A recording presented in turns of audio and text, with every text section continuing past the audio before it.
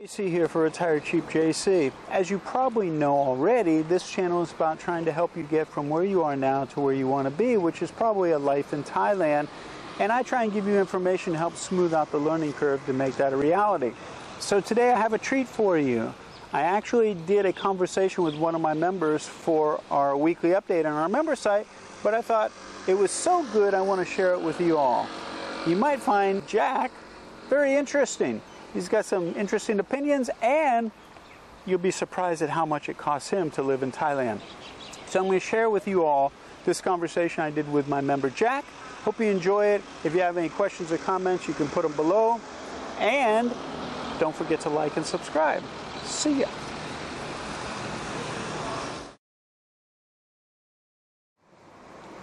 All right. Well, we have a special guest. And we want to talk for a few minutes. I always enjoy getting to sit down with some of people either that have moved over to Thailand, and especially our members of our member site, to get a little bit of background, maybe why they chose Thailand as a place to retire, how long they've been here, and what their impressions have been over the time they've been here.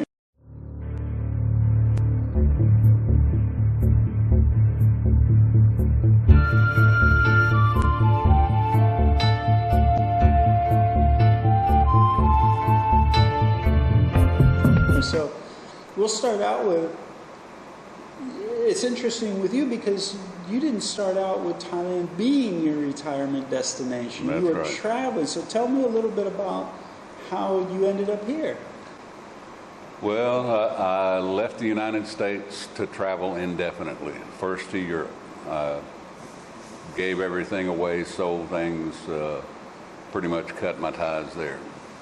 With the possibility of going back, I kept some things. Then I went to Europe, and I traveled around Europe for a few months, beginning in October 2016, and after a few months of cold and rain, I decided it was time to warm up. And actually, I looked first at Vietnam, and but Thailand was a much cheaper fare, and the cheapest fare was to Phuket. I flew into a no-fly zone. My no-fly zone. And anyway, I came on I had no plan to stay. I'd just come to check things out and to go somewhere warm. And that was a year and 9 months ago. A year and 9 months ago. Mm. So Thailand was the second choice of Vietnam because of the fare and things like that. So yeah. When you first arrived in Thailand, where did you go? Well, like I said, I flew into Phuket. I stayed in Kamala Beach, a little tourist town, more Pharang town than Cha is, and it was okay. And then I came up here to meet you and Nat, and check out the other members, and so Cha by default kind of became my home.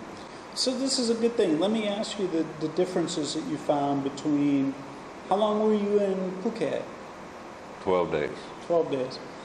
What made you decide here as opposed to down there? Just because there were people here, there were other members, so you had already? Well, mainly the website, mainly the Ripper website, the Retire Cheap website.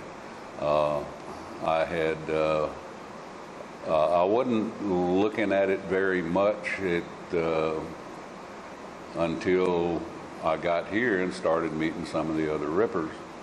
And I liked, Thailand just seemed to fit. In what ways? Well, in all ways. Number one thing is tolerance. The laid-back attitude, Mai Pen Rai, Sanuk, just the way the Thai people are. The Thai people, the climate is nice, sometimes a bit hot. I have yet to find a ski resort open. and it's just, and the Thai food is in particular. I love spicy food. Thai food suits me. Thailand just suits me. Yeah, that's the way I felt when I came over too. Because I had no preparation, like you say. I just came here. I was traveling, and this was a continuation of my travels in Europe, and I had no idea that I would live here. Yeah, I felt, the reason I decided to stay was I felt more at home here than at home. It was really strange. I felt more at ease, I should say. Well, home doesn't really seem like home anymore. Yeah, that's true. That's true.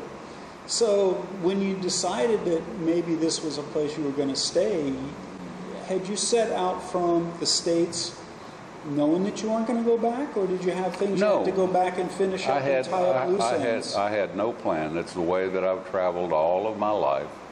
I was in Asia, various places in the 1960s when I was in the Navy.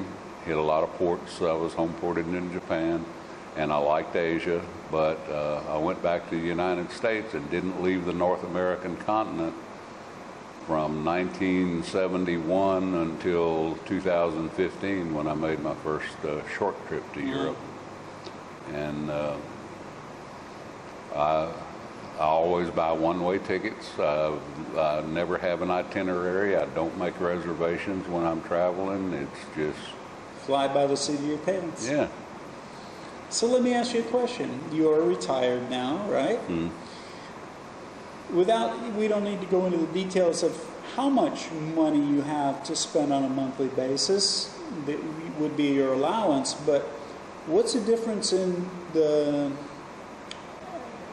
what you would have back home living off the same amount of money that you live off of here? What would be the contrast between your lifestyle? My only income is Social Security, which is small because for a large part of my life I worked for myself off the books and did not put anything in. You and a lot so of others. I have a very small pension from Social Security. So in the United States, my accommodation would likely be a shopping cart under a bridge, and because I can't afford to live there unless I continued to work. Yeah. And you know what's interesting about that, and I mentioned this in the video I just posted on YouTube, was I was looking through all these places of the average rent in cities that they say are the best places in each state to live, and all the rents, and my sister's facing this now.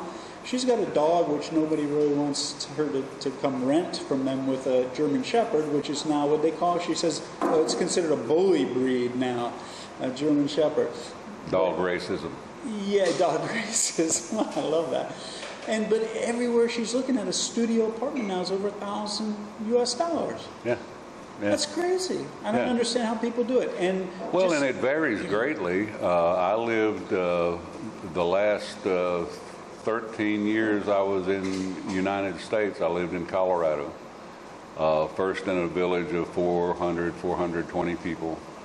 But I was working then, and I was making very good money then, and it was not an issue. Then I retired and went from 6-digit income to low 5-digit income, and I had to go back to work driving Uber, and I didn't want to work. I've fought laziness all my life. I just want to let laziness take over. And so, just in contrast, this is sort of amazing, and not that people have, what it costs to live in Thailand is whatever you have. If you have a lot of money, you could surely spend it here if you tried hard enough. Oh, yeah. But people always are arguing with me about you can't spend a small amount of money and have a decent life. Now, you've chosen to actually live away from, you start out in Cha'am, which is a beach community, but now you've moved away from the beach itself into what I consider, this is like, how did I describe it when we were coming out here? This is like being out in the country almost. Yeah, but you're only 15 minutes, really, from the beach.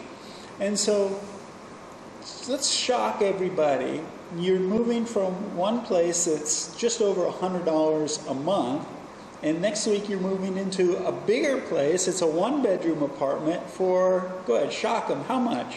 $2,500 is what, 60 something a month, maybe? Yeah, $65 or something a month. Much bigger place, nicer place. It's but that's part of the learning curve, you know. Yeah, and you found that through networking with, you've sort of moved from being at the beach to moving outside the city by talking and getting to know people. Getting to know people, getting to know Thai people. Thai people. And exactly. Thai people can help you. That's right. There are many expat experts around who may sometimes not be the best and most accurate source of information. That's a big thing that I'll say about the Ripper website. It's you give the most reliable and accurate information about the things that a person needs to know, particularly if you're going to live here. Because I didn't, like I said, I had no plan. I didn't come to Thailand with the intention of living my retirement in Thailand, but it's the place for me. I returned to the United States briefly for 2 weeks last June, and how did that go for you? Well, I got accomplished what I needed to get accomplished, but I don't see any reason to return. I have other than family and friends, I have no ties there. I do not own. I sold my last motorcycle. I got rid of everything. I no longer have anything in storage there. I have no plan or intention or real reason to return.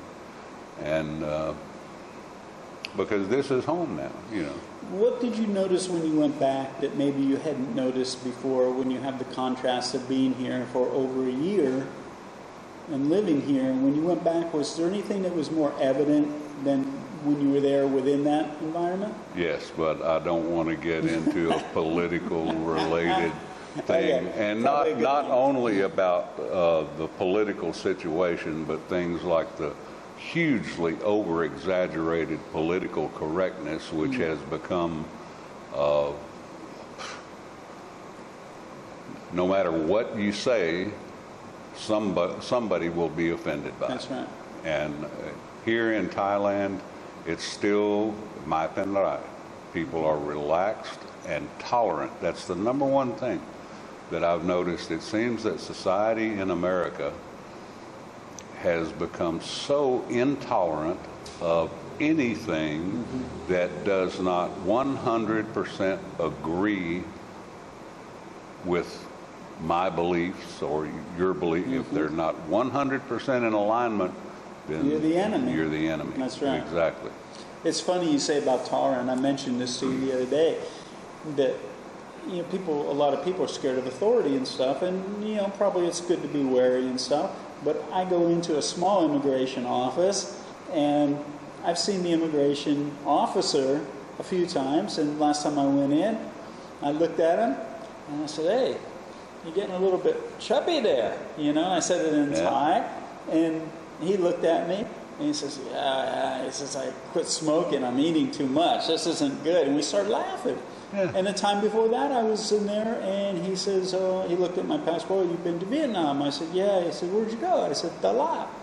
"Dalat." Oh, he pulls out his tab with all his pictures, and he's showing me his trip, And it's like, the people here, I always say it reminds me of when I was younger in the United States, and I never grew up in a big city, so it was always more of a suburban area.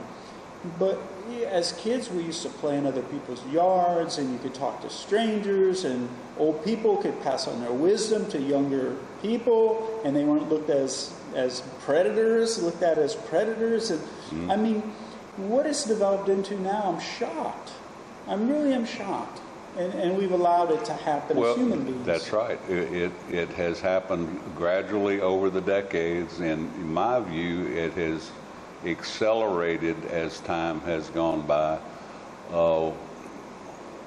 Just in the year and a half that I was away from the United States, there were noticeable differences. Here in Thailand, saving face is a big thing. Saving face, for those who don't know, it simply means just not acting like a fool in public. Whereas for many people, it appears in the United States, acting a fool in public is a virtue. Yeah, virtue. Being triggered. Yeah. It's just. Yeah, we don't traditionally raise our voices against other people here because it insults them in some way, and you don't want to do that. Why would you want to make somebody else feel bad? You know, by arguing at them or calling them out on something. You just move on and do your own thing. And I like that. I really do. Now, the funny thing about this is we're out away from the city. Basically, I feel like we're out in the middle of nowhere almost. And you live out here in this area, but here's this restaurant. We're sitting in this large air-conditioned dining area, which is an auxiliary dining room because they have other parts in you can eat outside. And the meal that we haven't got the bill yet, but the meal that I chose was like 50 baht, I think, which is less than $2. Yeah. And yours? What? Same with me, 40 or 50 baht, something like that. It's only slightly more, and sometimes the same as you would get if you bought a fresh cooked meal from a sidewalk vendor in town on the beach. And it's now there are places that are Thai restaurants in town that have Thai food. Most often they are at least partially owned by Farang, and of course their price, it's the same food, but the prices are double or more. Yes. Instead of 40 baht for the food that I got here, you might pay 80 or 100 baht for exactly the same thing if it is Western owned. So, I mean, if you extrapolate that out, we'll say with 2 meals, because some people get up and have coffee and toast or something, especially Europeans, they're not big on the Grand Slam breakfasts that we eat back home. But if you extrapolated that out, that's like $150 or something a month for food. 40 baht a meal, 2 meals a day. Well, and that's assuming that the neighbors where you live aren't feeding you 4 or 5 nights a week. Yeah. And of course you chip in, you chip in because, I mean, the food is cheap. They go to the market, the cost of the food is pennies, and it's their work, and I mean their wish to cook for other people because everybody is happy and everybody sits around much of the time. It's a social event. Eating is a social event, and you might sit around for 2 hours eating and shooting the breeze. Of course, at my level of Thai language, much is going on that I don't understand, but everybody's happy and laughing and joking around, and it's a community. Yeah. Now, I break up the categories of people who are retiring from $500 to $750 a month, from $750 to $1,000, and from $1,000 up. And usually I get feedback from people, and I don't say focus on spending that much money like category 1. If you have the money, spend it and enjoy your life. That's not the case. But what we just talked about is, in contrast, some people don't have enough money to live a decent life back in their home country, whether it's America or someplace else. But they come back and tell me between $500 and $750 a month, we'll say $750, that you'd be living in a gutter here. No, you can live very nicely on less than $750 a month. I was spending more than that initially because there is the learning curve and making friends and making connections and learning about alternate ways to do things. for a year, I paid 7,500 baht rent instead of 2,500 baht rent, and I'm not good with the 7,500 is a couple $100, yeah. and now I'm paying $60-something, I think, and in equivalent lodging. It's no downgrade. I'm not living in a tree house, you know. No.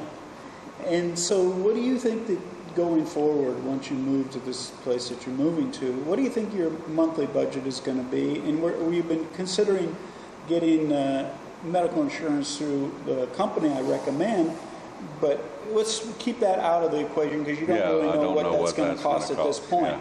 But taking the insurance out, now you bought a motorcycle, a nice motorcycle, so that's a one-time expense. So we'll include just the fuel for that, because that's basically what you pay in a month. Yeah. Every month is fuel for your motorcycle.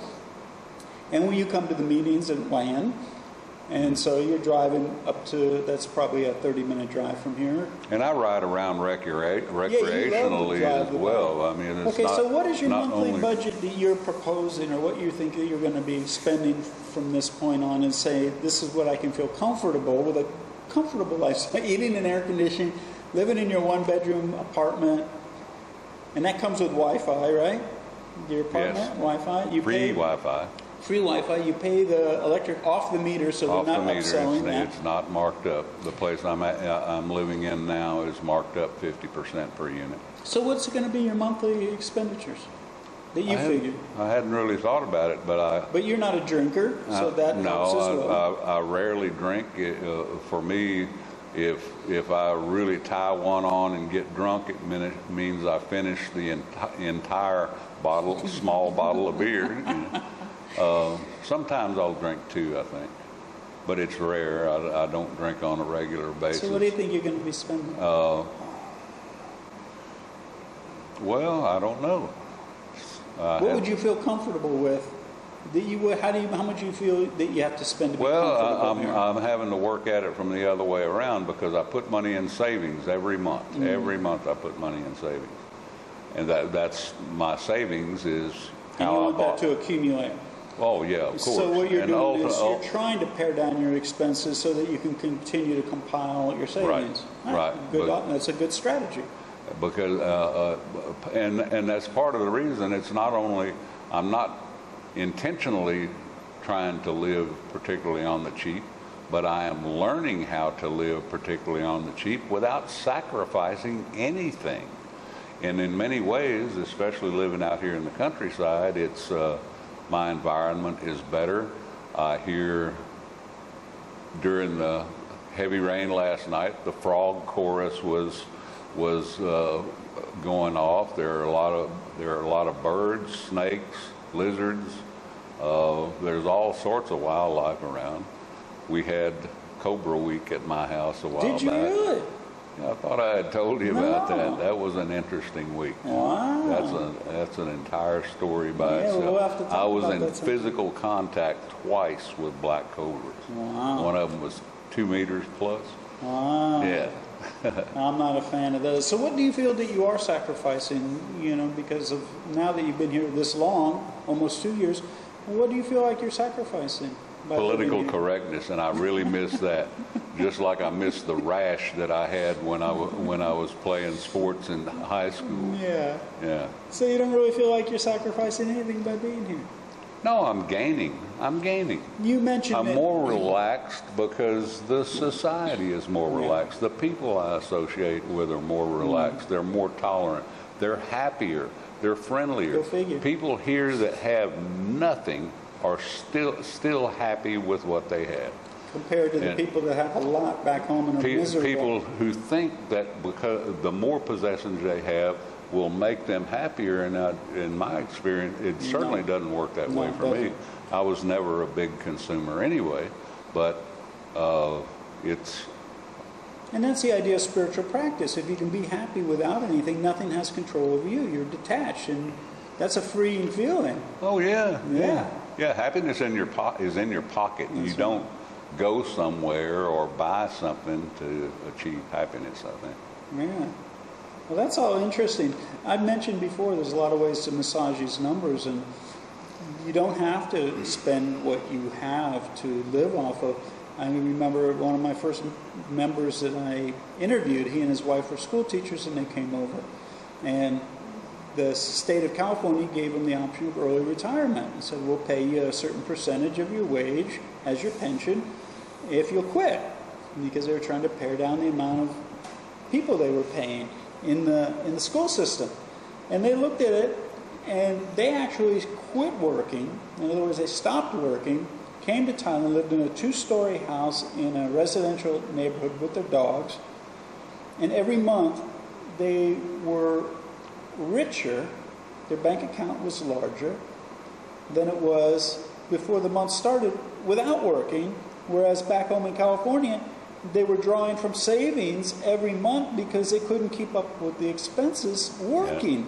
Now that's quite a contrast. Yeah, yeah. The United States is hugely overpriced, I believe. Mm-hmm. Though, and even still, it's not the most expensive place in the world. That's right. There are other places, that's right. And I'm sure that you could spend that kind of money in Thailand somewhere, but not in my house. Well, you said about living and associating with Thai people and all that. That's a big plus. The people that come over and want to duplicate their life from back home with air conditioning every room in the house and playing golf 3 times a week and drive an expensive car and all these different things. You can eat up money here. Those kinds of things, because Thai people don't partake in them, whether it's a service or a product or whatever, they're disproportionately expensive. And in some cases, they're even more money, more costly than they would be back home. And those people, they look and say, Thailand isn't cheap. Well, no, Thailand's cheap. You're not cheap. Yeah. I have acquaintances, people that I've known and observed here, who seem to want to bring a chunk of their home country here and maintain the same things, associate only with other foreigners, and live essentially the same life that they were living there, and then complain about what they don't like here. Yeah, and then they banter between themselves about the outside world, even though they're in Thailand. The outside world is the Thai community and the Thai people and everything else. They're not part of it. No, they're not really. And they don't understand why they're not looked upon as friendly people. They say, "Oh, the Thai people aren't very friendly." And it's like, well, you don't associate with them. You don't even say hello. I had a fellow tell me early on. I had not been here maybe a few months, and it was. He was a holiday maker, a tourist. I think he was European, I'm not sure. And he says, I don't know why they call it the land of smiles. Nobody smiles at me. And I said, well, try this. When you make eye contact with a Thai, if they don't smile at you, you smile at them, I guarantee 100% they will smile back. That's right. That has never failed. That's true. Because I think, and in addition to that, people read other people. They tell, because that smile has to be in your mind as well as on your face. That's true. And the Thai people have a smile in their mind. Most of them do. There's some around the tourist areas or my no-fly zones where it's a make-believe smile because they are there to make money. That's the primary reason they live there, because it is more expensive. The crime is higher in those places. And so they've sacrificed a little bit of that Thai-ness to go earn a living. And they deal with foreigners all day long. And so it wears on them a little bit. And I understand that. But as soon as you get out of those areas, and even where I consider those areas to be high touristed areas, you can get out of those places 10, 15 minutes, and you're back to where it's like Thailand again. Yeah. The people have the same values they did 30 years ago. Yeah. And that's refreshing. Those are the people I really well, like. And even here in Cha'am is kind of a tourist town, I think more for Thai tourists who come down to the beach, people from Bangkok and wherever. and some extent foreign tourists, Western tourists, but it's nothing like. I have very little experience with Phuket. I went to Patong City one afternoon, and that was enough. And Kamala was somewhat similar to Cha'am, other than it had a lot more foreign tourists, but it didn't have what many, at least Americans, seem to think of first with Thailand is partying and women. That's the first connection they make, and it's a part of the economy, but it's not what Thailand is about. That's right. And a lot of people seem to have that idea. That's the first thing that they think about, is the party and sex industry and those things. And I'm sure that can be expensive. Yeah, yeah, you can eat up a budget real quick. Just drinking. I can go across the street and sit under the little gazebo there, and I think I bought a can of beer for 30 or 35 baht. Or I could go to Cha'am's little equivalent of 1 block. Yeah, the 1 block bar street, and pay at least double that for a small beer. And even then, it's, I think, far more low key than. Oh, absolutely. Than the other places. The women, the professionals go to the higher end places. Yeah. And you mentioned the tourists in Cha'am. A lot of them are Thai people. I'd say 80% are Thai people that come to visit Cha'am, the beach community there. But I find even when I'm walking down the beach making videos or something, or just walking down the beach, the tourists want to talk to me. You know, yeah, hi, how are you? Where are you from? Yeah. They want to practice their English, and they're very pleasant, very kind. Yeah. And they want their kids to practice their English by talking to me. Just you know? naturally friendly. Yeah. It's just the way that things are. It's wonderful.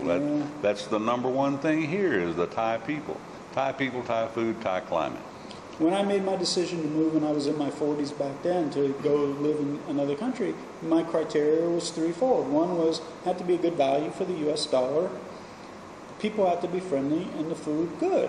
And so this fit my criteria, all three. Yeah. You know? And so I'm real happy about it. And I know for other people, I always say there's always an option, and maybe Thailand isn't the place for them. But it should be someplace that should at least check out to see, because I think that there's Well, I'm glad that I decided to come here. I just came. I was just traveling. I was just randomly traveling. And you know the thing about many of the countries that I've traveled to, both in my first, in 2015, I made a 2-week that became 5-week trip to Europe. And then when I left and traveled around Europe and then came here, the many countries that I flew into said that they required proof of onward travel. I was only asked about that one time when I flew into Dublin, Ireland in 2015, and I said, well, I didn't have, you know, and of course the Irish are everybody's friend. They're like the Thais; they're everybody's friend. And she said, well, we just want to be sure that the people don't come here to try to overstay their visa and work. I said, honey, I worked for 52 years. You couldn't give me a job at gunpoint. You know? But I never was questioned. France was the same way by law, and I know I've heard it said that the airlines would check that because they're responsible for taking you back if you can't get in or whatever. Never had an airline ask. Yeah, well, have you ever came visa exempt here? Yes, came in visa exempt to Phuket And they didn't Airport. ask for it? Nope. Because that's usually the people that are questioned by the airline. If you don't have a visa, there's no guarantee they're going to let you in. No question at all. No customs check. Of course, I travel light. I travel with a small, medium-sized backpack.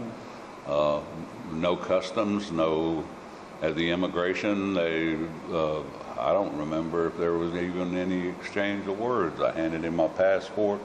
He flipped back a page or two, looked at something from Europe or whatever, stamped me for the 30-day visa exempt, and I was done.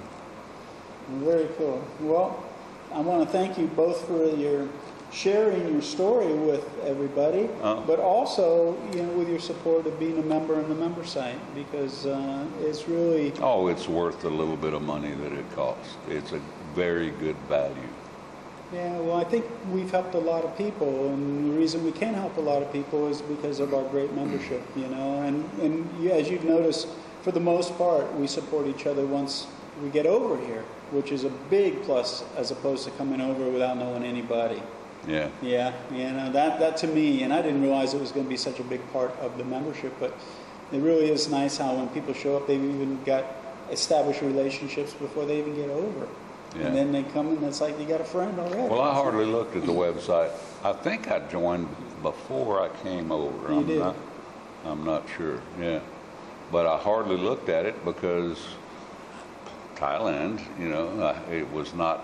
It was a vague Southeast Asia. Just Southeast Asia in general was a vague thought in my head. In my what I assumed, what I started out to be just indefinite travel. And I guess Thailand put an end to my indefinite travel. Well, that's a good thing. Well, thanks again. And I guess we should tell people that there's always an option, and you can either try and work it out by yourself, and all the information is available for people, and there's a lot of experiences people can listen to. Unfortunately, there's a lot of people sharing bad experiences as well on the internet, and it really has to do with who they are and who they show up with. The old saying in the United States, some people would complain if they were hanged with a new rope. That's right. I'd be grateful to have a new rope when I'm being hanged. All right, well, there you go. Hope you've enjoyed it. And for Jack and JC, see ya. Bye, everyone.